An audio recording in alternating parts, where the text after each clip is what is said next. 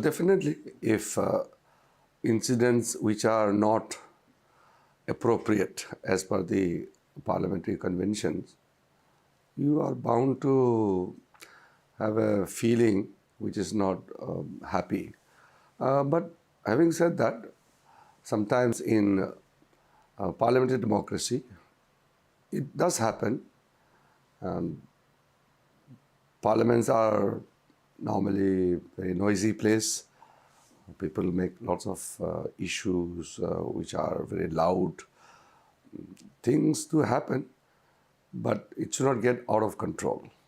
Parliamentary democracy must run. It must reflect the will of the people. It happens. I'm not very happy with the incident, especially which happened yesterday, involving leader of opposition in the Lok Sabha and the other MPs. It was avoidable, but it happened. But now, today, it cooled down a little bit. Yeah.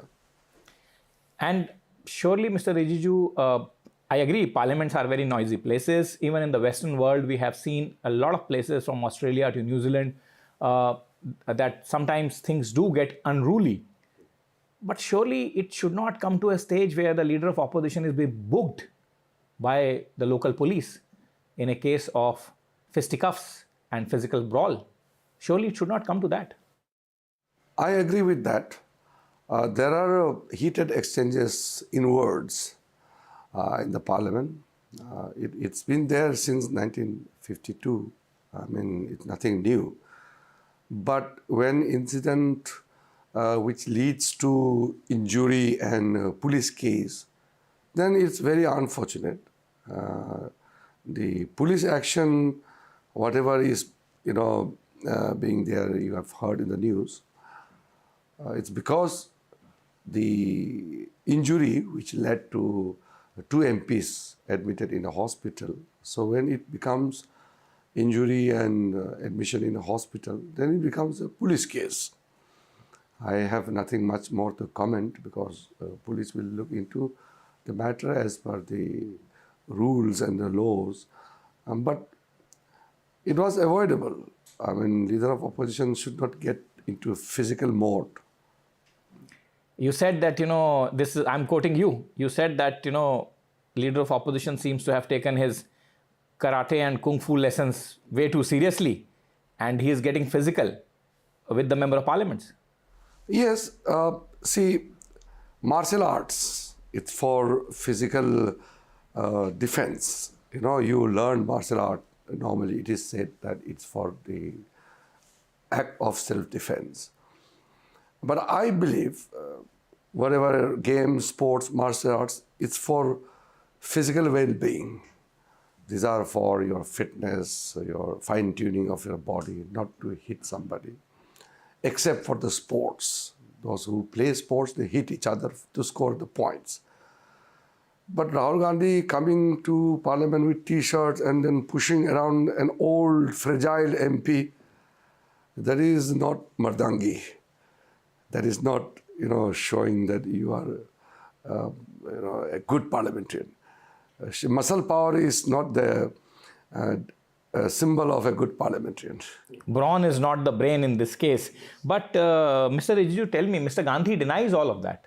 He says he hasn't hit anybody. He said it's the BJP MP who were obstructing his way. He also says that, in fact, Mr. Khadge, leader of opposition in Rajya Sabha, was pushed and his knees were injured. No, everything is very clear.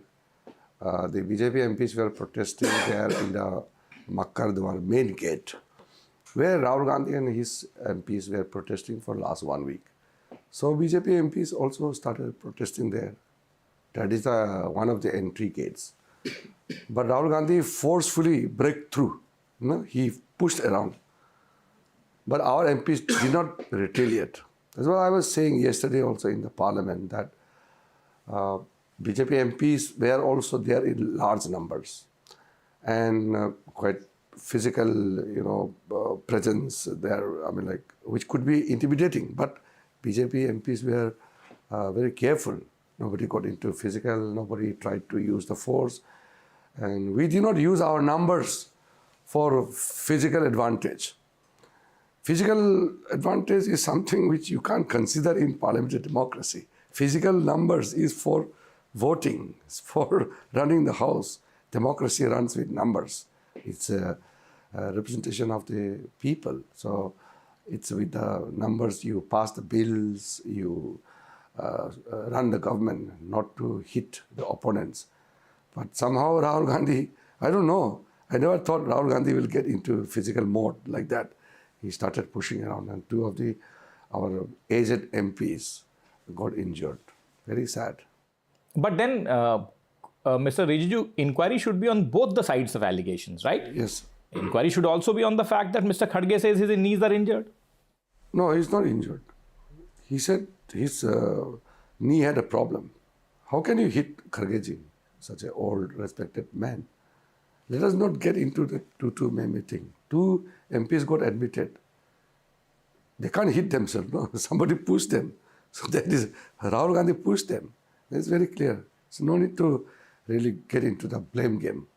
Okay, now let me move from this subject, which is extremely unfortunate, and you quite clearly said that it should have been avoided, to another subject, which is MPs bringing placards, t-shirts, etc., bags to the parliament. Today, one of the BJP MPs gifted one bag to Mrs. Priyanka Gandhi Vadra with 1984 written on it. Prior to that, and I will say that, prior to that, Mr. Rahul Gandhi himself has been distributing various kinds of things in the parliament. As the parliamentary affairs minister, you are also the custodian of the parliament. The physical property of the parliament, you are the custodian. Your ministry is the custodian of the parliament in that sense. So, do you think that this is something which is also avoidable and should be avoided in general interest of decorum of the parliament? Absolutely. Nobody should carry a placard in the parliament house. The speaker has been repeatedly telling the MPs not to come with a placard in the house. In this winter session, the first 4 days, where lots of unruly behaviors we could see from the opposition side. But after that, everything was okay. We sat with the speaker. All the leaders of political parties were called. So there was absolutely normal functioning. Suddenly, I don't know why Congress party came with t-shirts, bags and slogans and placards. That really triggered off all these problems. And then they started again getting into the house and carrying the placards and the t-shirts. So yesterday, BJP MPs decided that our party should not take placards and t-shirts inside the house, but at least outside the parliament building. In the compound of the parliament. We must respond to their sloganeering. That was the thing. So it's t-shirt for a t-shirt and bag for a bag. Yeah, because the Congress party has been doing this kind of sloganeering, carrying placards for last almost a week. So in the end of it all, Mr. Rijiju, you must be a concerned man because all this impacts the productivity of the houses. It did impact badly because we had listed so many business. Many important bills could not be passed this time. The output in Lok Sabha was 54.5% and Rajya Sabha was 40%, so much below expectation. One important thing which I must tell is, since we had listed those bills in the House, we could have pushed through it. We have the numbers, but we believe in dialogue. We believe in discussions and debates. So we did not push any bills in the Deem. In the past, you must have seen many bills were passed during the Deem in the House without much discussion when it was necessary. But this time we decided not to push any bill through the Parliament without discussion. So few bills were passed. Then suddenly Congress started this unruly behavior. Then we could not pass any bills. But we had 4 days discussion on the Constitution, 2 days in Lok Sabha, 2 days in Rajya Sabha. So overall, the output is quite dismal, but that is part of thing now. I have to look for budget session. And also tell me, Mr. Rijiju, one thing that you said that you did not pass the bills in any din. Output is dismal. But tell me something. The opposition will turn around and say, and you were in opposition for a very long time. Your party was in opposition for a very long time, and they will turn around and say that, but look, the responsibility to run the house is yours, of the treasury. Not exactly. That responsibility lies with everyone. Government pilots the business, but opposition has to cooperate. They can oppose it, but they can block it. As I said, if we want to pass the bill, we can pass it. But that is not a good way of doing things. So we thought we will not forcefully pass the bill. But even 2-3 MPs also can create problem in the house. If they come to the well, if they start shouting slogans, so it creates disturbances to the other MPs. So it's not exactly the numbers to create trouble in the house. Few MPs also can create problems. As I said, by using Marshall or by using our numbers, we could have passed the bills, but we didn't do that. We have maintained the decorum and we have really kept the patience and we waited, but the Congress party didn't cooperate. But what's the issue? I mean, you said that you had the meeting with the lead in the Business Advisory Committee. There is representation from all parties. In the houses of the chair also you met, and then business was going as per you. But then what's the provocation according to you? What is the provocation that is then stalling the house? See, after 4 days trouble, we all agreed to run the house. And suddenly a case came up in United States court and some verdict was there in the US court. And because of one decision in United States courts involving one businessman as an Indian, and then Congress started creating trouble in the house. So that was unfortunate. There are more than 40 million Indians across the globe. They must be involved in so many litigations and other court cases. How can Indian Parliament be stalled just because some Indians are involved in court cases in some other countries? So that is why I told the Congress MPs, but it seems Rahul Gandhi told them to create all kind of scenes. The Rajya Sabha MPs were literally asking me to run the house. All the Rajya Sabha MPs, they said, let us run the house. I said, we will run the house. Why don't you convince Rahul Gandhi? It's not that... It's like Mr. Rahul Gandhi's personal agenda. Yeah, it's not that all the Congress MPs want to disrupt the proceedings of the House. Majority of the Congress MPs are like us only, like any other MP, to speak for their people in the House, because everybody wants to speak, raise the voice of the people in the House. But it seems Rahul Gandhi had instructed them to create trouble, because Rahul Gandhi is obsessed with one businessman. And because of that, he wants to create trouble in the House. I don't want to get into personal comment, but what Rahul Gandhi did is very unfortunate, unbecoming of a leader of opposition. That brings me to another point, Mr. Rijiju. Many would say that it appears as if the BJP is unwilling to accept Mr. Rahul Gandhi as the LOP. No. That's a completely misunderstanding. We accepted him. I mean, we started functioning the House very well. There's no question of we accepting or not accepting. He is the leader of opposition, nominated by their party. How can we stop that? And then, Mr. Rijiju, in this din, you have 240 MPs in Lok Sabha. Congress has less than 100, one less than 100. But there are 200 plus MPs from other regional parties. And many of them this time have come out openly, like Samajwadi Party, like TMC, like other regional parties from South DMK, very strong regional contingent. They have all come out and said that, look, I mean, if you continue to disturb the houses on one pretext or the other, When do we get to voice our concerns of our people? This parliament is to voice the concern of all the regional aspirations. See, all the MPs are responsible people. They are elected to the parliament to speak for their people. All the MPs have equal rights. Opposition, ruling, regional parties, national parties, doesn't matter. Every MP has got equal right to speak in the House. Because of one Congress leader, many MPs have been deprived of that privilege which they are having to speak in the parliament.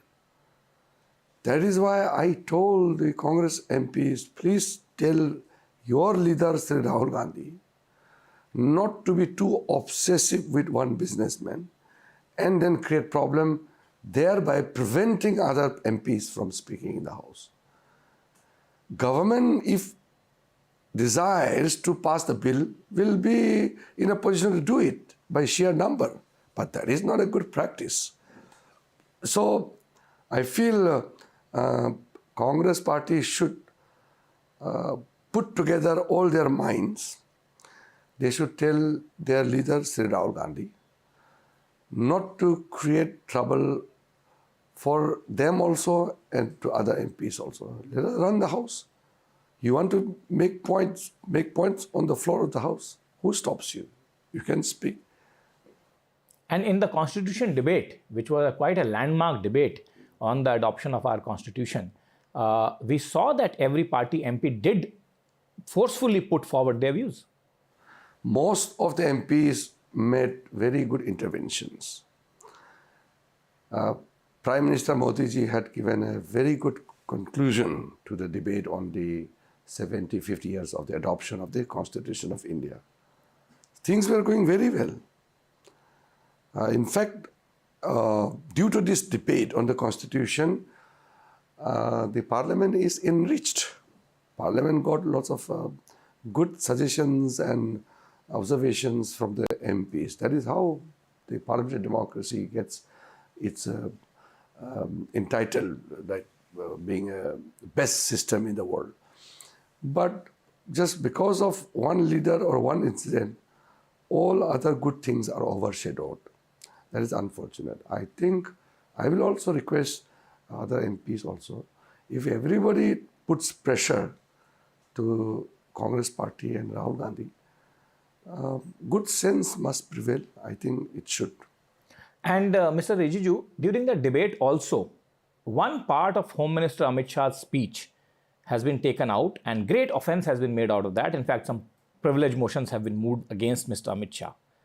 I'm sure you were there. I'm sure you were, since you are the Parliamentary Affairs Minister, you saw through the entire proceedings. What is the crux of the matter here? Was the Home Minister actually disparaging towards the writer of the Constitution of this country? See, if you hear the entire speech of Home Minister Amit Shah ji, he has eloquently paid tributes to Dr. Bhimrao Ambedkar ji and also highlighted his contributions and how we have devoted ourselves to carry the legacy of Baba Sahib Ambedkar and also to promote his ideals. During the entire debate, he just mentioned a line which is referring to the opposition parties continuously taking Ambedkar's name, misusing his names. He was referring to that. So that portion was wrongly taken out, a video of maybe 12-second length.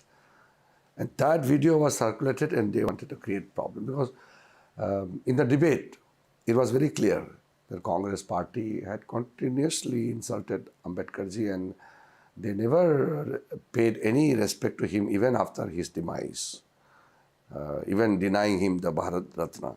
So after coming out of all these facts through the debate and discussion, Congress must have got into the back foot.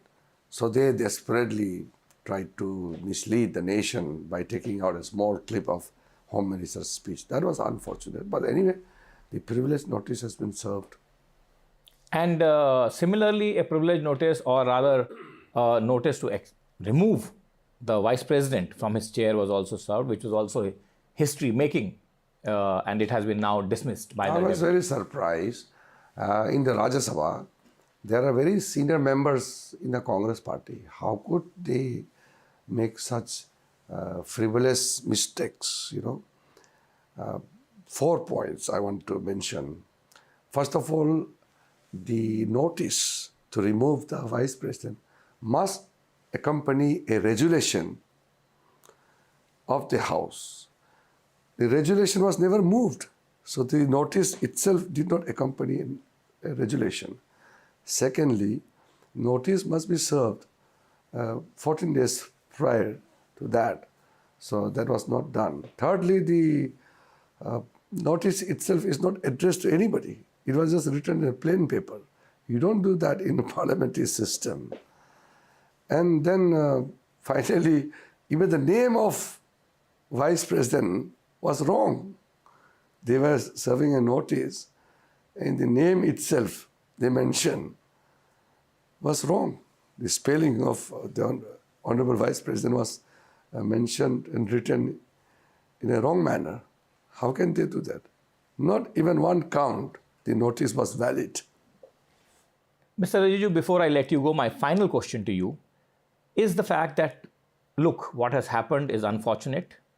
Probably nobody wants to see the repeat of these kind of scene in this country. It has a very, as you said, enriched parliamentary democracy system, probably the best in the entire third world which adopted democracy post-independence. Surely, as the Parliamentary Affairs Minister, Mr. Rijiju, you would want to go an extra step, take an extra step and appeal to your colleagues in the opposition. They are your colleagues at the end of the day. And that the spirit of collegiality should prevail and Parliament should not see these scenes. Yes, other than what has happened, we are talking to each other. This morning also I talked to them, and we keep meeting. But sometimes I think the narrow political motives supersedes the larger call of duty. So it's a obligation on the part of every member of the parliament, especially the leaders, to look back and see that those wrong deeds are not repeated in future. Whatever has happened, we can't go back and recorrect it, but everybody must ensure that the mistakes are not repeated, and especially any kind of act which undermines the parliamentary democracy and the sanctity of the House. That's what I want to appeal. And many other MPs came to me. They said that the Congress party has really prevented the other MPs from making best use of the House. Thank you very much, Mr. Rijiju. I am thankful that on a very, very busy day for you, you have taken out for NDTV's viewers. Thank you very much. Thank you. Thank you.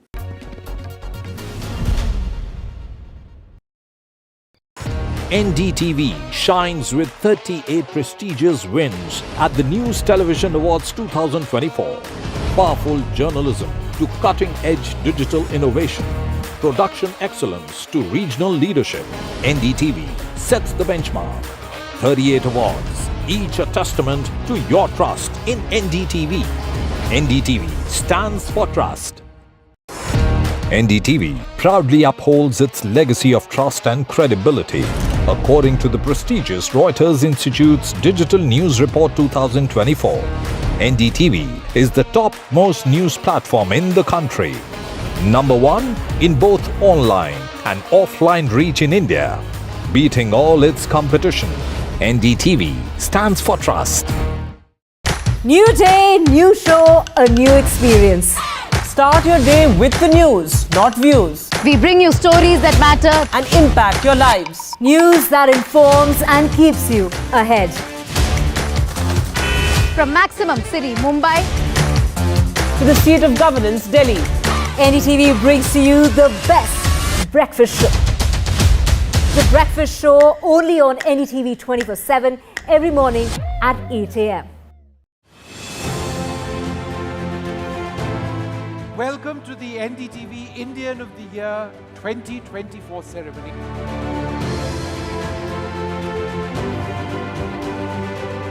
Our absolute honor and privilege to welcome you to one of India's most iconic celebrations of excellence and achievement, the NDTV Indian of the Year 2024.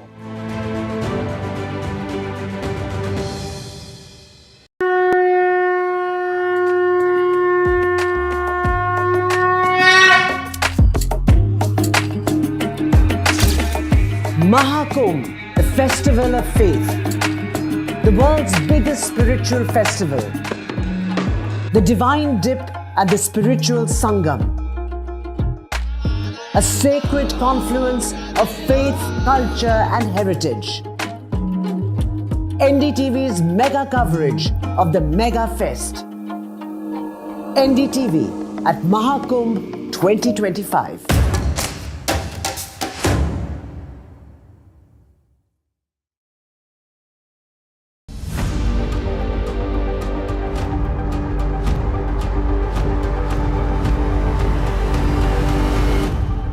This week on India Ascents. Will Myanmar's junta chiefs see the same fate as Syria's Bashar al-Assad? Beijing in limbo as Xi's purge extends to his own men? How Trudeau's own misgivings are likely to become his end? And broken souls in a broken system, why young Wall Street bankers are getting by using ADHD pills. All this and more only on India Ascents with me, Gauri Dwivedi, at these timings on the NDTV network.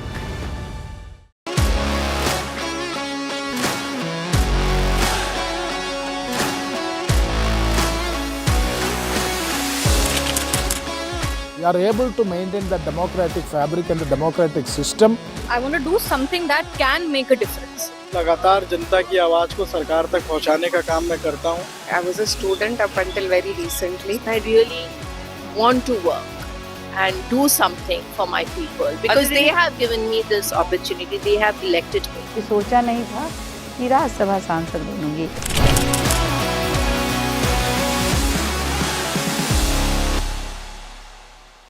In today's interconnected world, India's voice is more crucial than ever. When India speaks, the world listens. At NDTV World, we are that voice, bringing you intelligent and insightful news from India and beyond. From geopolitics and diplomacy to economic shifts, migrations, tech disruptions, and the stories of our diaspora. We cover the news that shapes our global future. NDTV World, your new home for global news, is here. I've been reporting on all issues, big and small, from Andhra Pradesh, Telangana, rest of South India, bringing you all the action, all that you need to know, all that you want to know. The energy of Maximum City is infectious. I bring in that energy in our news coverage from financial capital Mumbai. Covering from the southernmost part of India over the last 23 years, I bring in-depth and 360-degree coverage from the Dravidian heartland. The land of Mishti is also known for its bitter politics. I have seen much water flow under the Howrah Bridge, covering Bengal in all its vivid colors. NDTV shines with 38 prestigious wins at the News Television Awards 2024. Powerful journalism to cutting-edge digital innovation. Production excellence to regional leadership. NDTV sets the benchmark. 38 awards, each a testament to your trust in NDTV. NDTV stands for trust. NDTV proudly upholds its legacy of trust and credibility. According to the prestigious Reuters Institute's Digital News Report 2024, NDTV is the top-most news platform in the country.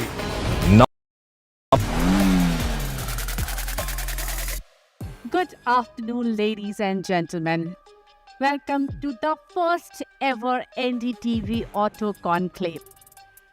Auto Conclave driving the future of mobility in India, presented by True Alt Bioenergy with JK Tires as our special partner and Skoda Auto India Lectrix EV and Motorola as associate sponsors. We are at a defining moment for the automotive world, a transformative crossroads where innovation has to meet responsibility and sustainability to drive progress. India, with its bold vision and pioneering spirit, is poised to lead this change towards a brighter mobility future. This conclave is a convergence of the brightest minds. Industry leaders, policy makers, and innovators come together to chart the course of the future of mobility in India. According to the Ministry of Road Transport and Highways, 168,491 people were killed and 443,366 injured in 461,312 road crashes in India in 2022. Now in 2023, unfortunately, India continues to top road accidents fatalities globally with over 1.72 lakh deaths in road crashes.